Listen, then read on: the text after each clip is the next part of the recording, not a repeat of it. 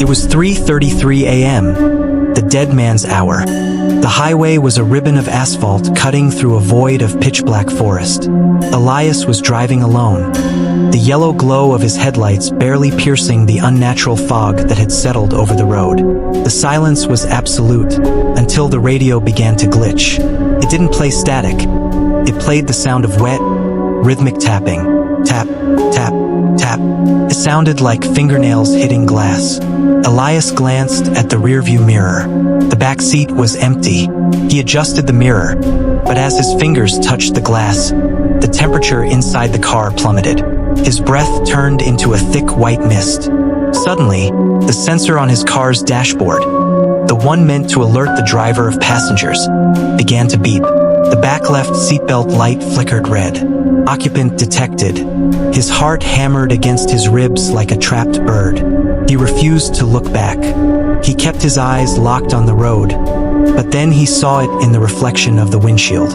A pair of long, pale, multi-jointed fingers were slowly creeping over the edge of his headrest.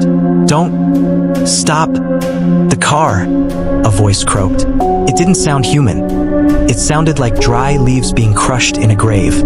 Elias slammed on the brakes, but the pedal went floor flat. The car began to accelerate on its own. 100, 120, 140 miles per hour.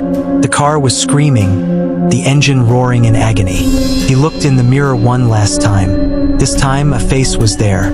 It had no eyes, only two hollow, weeping pits of darkness, and a grin that stretched too wide, revealing rows of needle-like teeth. The creature leaned forward, its cold, rotting breath smelling of old earth and copper. "You took the shortcut through the cemetery," the entity whispered, its hand closing around Elias's throat. "Now, I'm the shortcut to yours." The car vanished into the fog. The next morning, a highway patrol officer found the car parked perfectly on the shoulder of the road. The engine was still running.